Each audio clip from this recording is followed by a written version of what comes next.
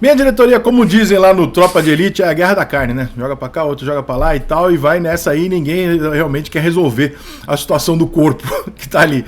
O futebol brasileiro, todo final de semana, toda rodada, é rigorosamente a mesma coisa e já faz décadas, não muda nada e só piora. Depois que o Testor falou e tal, só piorou.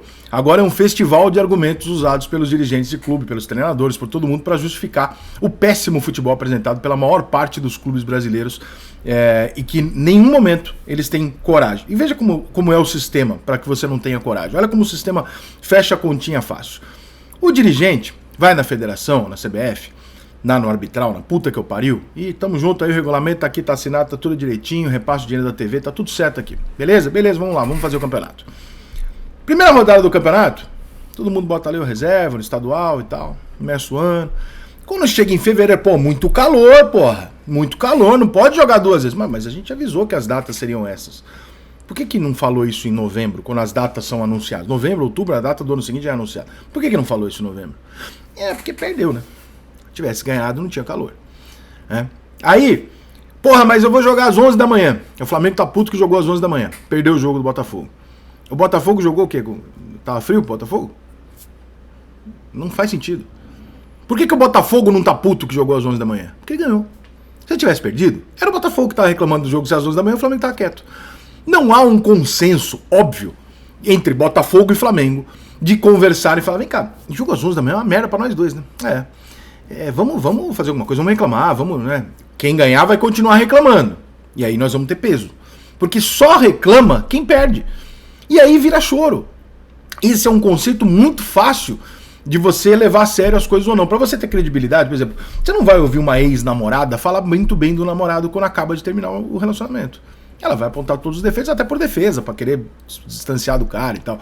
Óbvio que toda vez que ela falar do cara, você vai cortar metade do negócio pela metade. Você vai falar, puta com o cara. Daqui 5 anos ela vai falar que foi um relacionamento que valeu a pena, caralho. Quando um jogo termina, o time perdeu, e o cara vai lá e fala do VAR, do juiz, mesmo que ele tenha razão, você torna um discurso vazio. Quando no domingo seguinte o VAR apita a favor dele, ele não fala nada. Pô, Rica, mas você quer que o dirigente reclame porque foi ajudado? Não, eu quero que ele mantenha o discurso, ou que ele faça alguma coisa de fato. E de fato, é uma união entre os clubes reclamando e moralizando a arbitragem do futebol brasileiro. O seu clube tá, por um acaso, reunido com algum dirigente de outros clubes tentando fazer alguma coisa de fato pra ir na CBF e falar, gente, olha, vamos profissionalizar os árbitros, fazer isso não dá mais. Não tá. Porque tudo que o dirigente quer, e às vezes até a comissão técnica, é um argumento pra domingo que vem justificar o time jogando mal, perdendo o jogo e falar, mas não fui eu, foi o juiz. Então, a atuação, por exemplo, do Flamengo contra o Bragantino, ela seria muito criticada e foi por alguns flamenguistas que obviamente ficaram putos em ver mais uma vez o Flamengo não jogar um grande futebol. O que o Flamengo conseguiu fazer imediatamente após o jogo? Pum, arbitragem. Também acho que foi pênalti, mas imediatamente foi só para arbitragem. Então, em uma semana, você é uma vítima. O Flamengo virou uma vítima, e na semana que vem, quando o Flamengo for ajudado, o Flamengo não vai falar nada e ainda é capaz de postar que o choro é livre. E aí vai ficar nessa gracinha e ninguém vai chegar em lugar nenhum.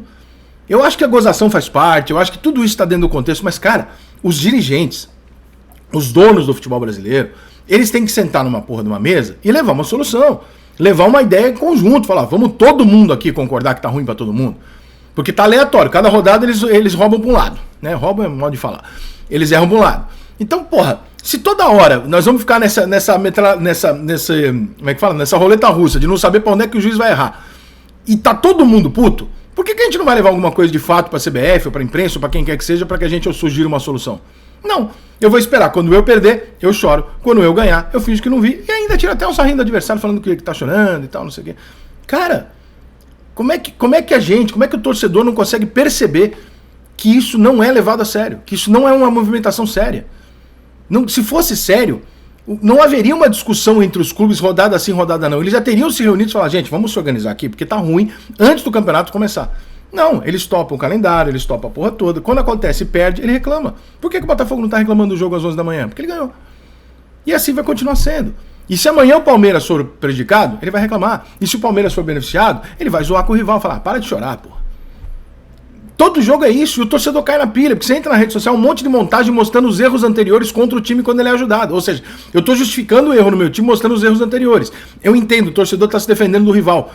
Só que esse ciclo não acaba. O dirigente não vai se reunir para ir no cara da CBF. O cara da CBF tá blindado porque quem vota nele são os dirigentes e as federações. Ele tá blindado mantendo lá os estaduais fazendo esquema com a federação. Os clubes da Série A não são suficientes para trocar uma presidência de CBF, porque são os presidentes de federações que votam junto. E, portanto, eles não têm tanta força quanto eles imaginam que eles têm dentro do sistema. Se eles quebrarem o sistema, eles têm, porque os clubes mandam no futebol desde que eles queiram fazer isso.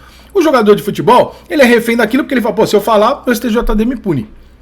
Eu não posso falar. Se eu tiver culhão pra falar, me pune. O jogador do Vitória queria falar ontem lá, pô, ninguém queria deixar ele falar pra ele não se... Deixa ele falar, caralho. Ele quer reclamar. Ele acha que ele foi injustiçado, deixa ele falar, porra. Uai, qual é o problema? Deixa o cara falar. Ah, não, mas... Aí o treinador de futebol, ele acha ruim, mas quando ele perde, ele acha do caralho, né? Porque aí ele tem um argumento pra falar, também, né? Olha aí, o que fizeram comigo. Cara, tá ruim pra todo mundo, irmão. O jogo tá ruim, o torcedor tá puto, tá desconfiado, a CBF tá perdendo dinheiro, o futebol tá perdendo audiência, a paixão tá mudando de... Tá ruim, cara. Tá ruim pra todo mundo. E quando tá ruim pra todo mundo e ninguém faz nada, é porque alguém tá ganhando muito dinheiro, cara.